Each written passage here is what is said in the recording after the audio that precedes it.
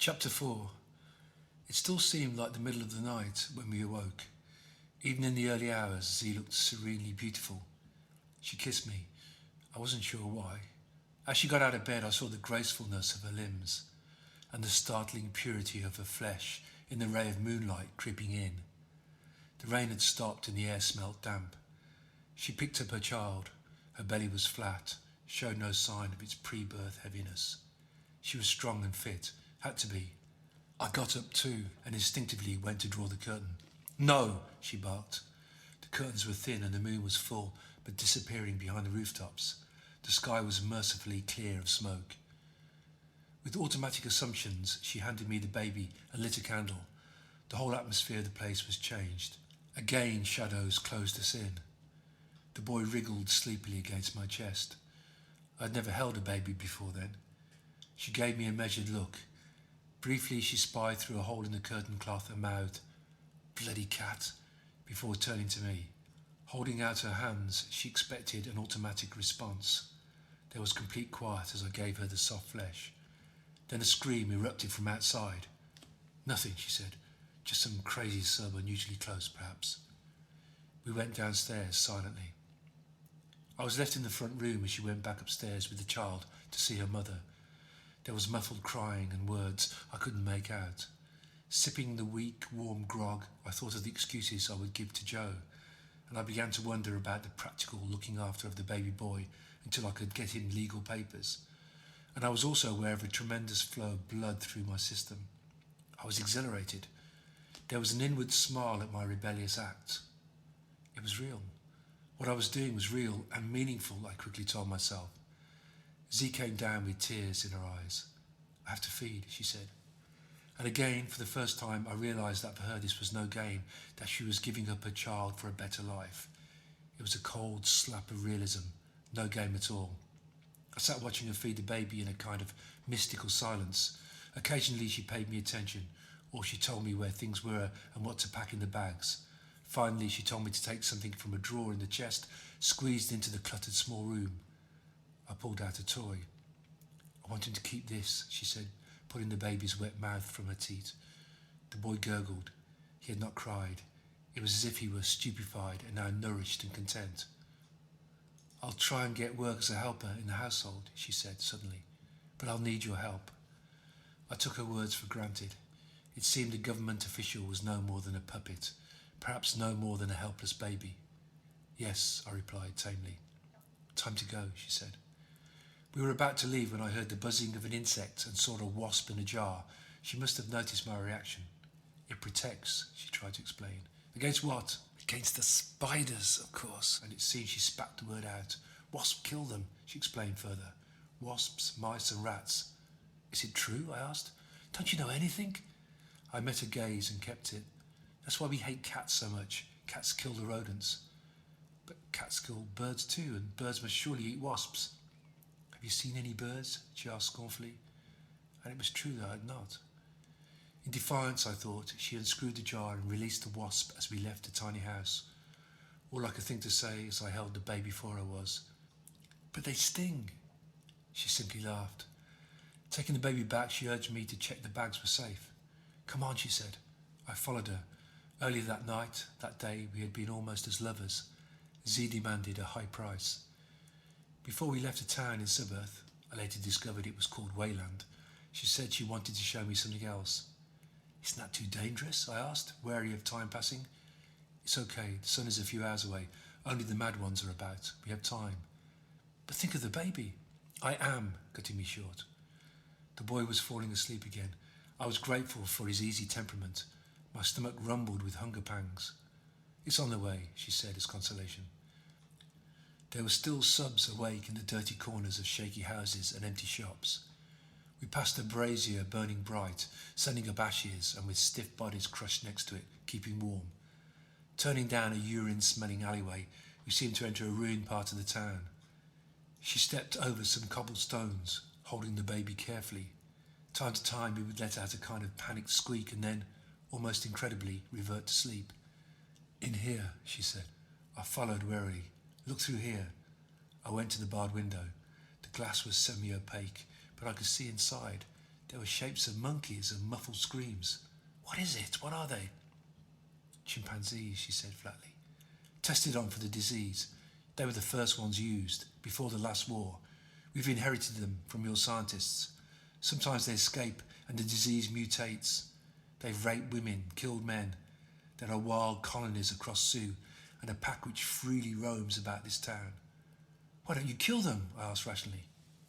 What with? You have guns, she laughed. Not anymore. More of your fiction. The only guns are way, way south of here, as I would find out much later. Close to the mystery lands, she said enigmatically. Even if we get a gun and ammunition, we can't outrun them. The healthy ones won't risk it. These chimps have the disease, but it affects them differently. That's why your upper scientists got it so wrong, she smiled. But sometimes a chimp is cornered, and the brave left amongst us capture it. Sometimes. Why are you showing me? Why are you telling me all this? Because none of you want to know. You take limbs from us. You watch us fight. You know, come on. You wage war if we dare to speak out. And you left us with these hairy ones who rampage. Next time you see a crate sub, watch out for the bite marks or the torn flesh. A zombie isn't quick on its feet. And now you know something of this hell. I know you will do anything to protect my boy. Why just him? I began to argue. She laughed. Let's carry on, she said. We're too close for comfort. See, you're risking his life, I said in a hurt tone. I'm saving his life. But those things. I have this, she said suddenly, and took a pistol from her trouser back pocket. How? I'm a helper, she smiled. Changing the timbre of her voice, she added, You're a good man, I know that. We know that. You're just obeying orders, I know. Only kidding, but down here you'd be lost. For all you have in your world, down here you couldn't survive, not without fire. The term they used for weaponry. The buildings began to thin out, and on the close horizon I could make out the huts where the lucky diseased subs ended their days.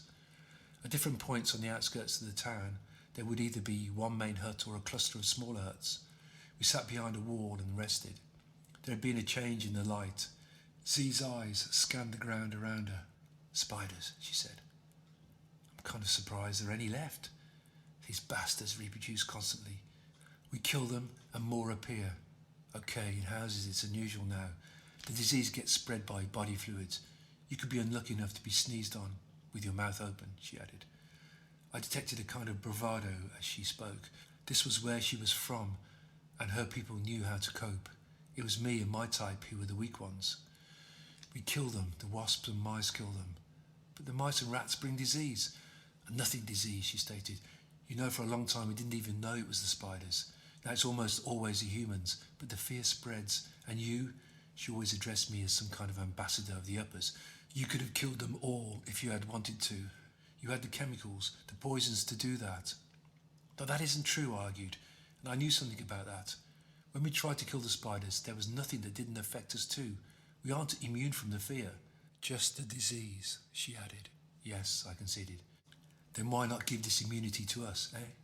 There isn't enough serum. You have no idea how much it costs to produce. Don't you think we'd give it to everyone if we could? It would be in our own interest. Her look told me that she didn't believe me. The baby opened his eyes and began to cry. Taking him, she rocked him in her arms. Their world was brutal. At that moment, I was glad to have been born an upper. We left the town before the stumped-limbed bodies roused themselves. I thought with sleep they might experience dreams where they could once again run and breathe freely. But those out of their minds never slept, it seemed. Right until the earth road leading to the start of the rough tarmac highway, the crazy ones came. Where's you going? With little un, eh? We ignored. Tell your old mammy now. Tell your muffer. Z looked at me, eyes telling me to leave conversation out. Won't you tell us now? They's from the other world, ain't they? You from the bridge, mister? You got the look. You got the face, pretty boy, said another. What's the bridge? I asked Z later. It's kind of a heaven to them. Somehow they share this illusion that there's a bridge that will take them away from subearth. Why not? I said. Because it doesn't exist, she answered coldly. You're going to have to keep him quiet, you understand? I said. The guards aren't going to turn a blind eye to a baby. Sure. You're going to have to hide him somehow. I've thought all about that, Mr. Adams, sir. Her tone changed. She changed clothes. She dressed the way a helper would. I liked the shortness of her dress, but she quickly put on a long coat. The sun was spreading its light across the horizon, but there was a chill wind. I'm giving him grog, she said. Will that be okay? It made you warm right enough? Yes. It'll send the poor soul to sleep, she said, with hidden warmth. I'll wrap him up and put him in a basket in the back. We'll hear nothing from him. They won't search us, will they? No, I replied. As the border approached, we said nothing to each other. I could feel fear from her, and for the first time as an upper, I sensed something terrible hanging over me, some sense of the transience of life and the hell that might await us. The guards knew I was in authority. Besides, the car meant I had money, and money and authority were synonymous. Your papers? Said the guard. Z observed me.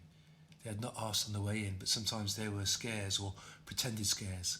It was all done for morale. I handed the young guard my papers. And the girl, he ordered, politely. It was strange. As an official in records, I didn't expect such treatment. Is anything wrong? I asked neutrally. No, sir. It's not usual for me, I said. I didn't want to appear apprehensive. Though I had never been out of the country before, I had had to show papers at the borders of factories and research units in Upper. I had had to show papers when rising through the ranks also, to those who mattered. The girls, the guard repeated patiently. I handed him Z's. She's a helper, I explained. The guard half smiled. The guard went into the office. We were left waiting. Is everything all right? Z whispered. Shh. The young guard reappeared with an older officer. They looked at us and then looked at the back of the car. Sweat formed in my palm, which, unconsciously, I was pressing my fingernails into. As they turned, we heard the slightest sound from the baby. Checking my rear-view mirror, I saw the younger guard sweep his head round. Then he walked to my side of the car. Everything okay? I asked. For a long moment his eyes darted between the both of us. Quite all right, he said at last. There's been some trouble with bandits, he explained. We have to tighten up, sir. I straightened. Of course. Go ahead, the guard said. We moved off, but just as we reached the second barrier, it closed in front of us. They know, said Z. Drive on, drive through, make a run for it. No, I said, turning to her. The older officer came up to the car. Excuse me, he said as I lowered the window. Condensation had steamed the glass. The officer was well wrapped up but still cold. Yes, officer? I'm sorry, he said, but it is our custom. He fished in his pocket. Would you like to give to our charity? We have many problems working out here. Wives and children to support. Please, if you can, give generously. I looked carefully into these steely grey eyes. Then I felt inside my jacket pocket. Taking out 1,000, I handed it over. Thank you, sir, he smiled. I'm sorry to have detained you or delayed you. Have a good journey. As we pulled under the raised barrier, I said, Bastards, under my breath. Then the baby cried. Z laughed forcibly. I'll give the wee ones some more grog, she said. Yes, I said. The horizon was getting lighter. Colours were spreading in layers. Joe would still be asleep. It seemed like another lifetime in the upper world, and it seemed another existence in the world where I'd slept close to Z. I'll drop you off in the office, I said. You'll be safe there. I can lock you in with a security key. You might have to stay until the afternoon. I'll have to smooth things with Joe first. Then we'll get the baby looked after. Then it occurred to me that I didn't even know the small thing's name. What is he called? I asked at last. Smiling, she answered, Adam. She was clever. Of course, I replied. The car sped up and lifted from the tarmac, free and fast.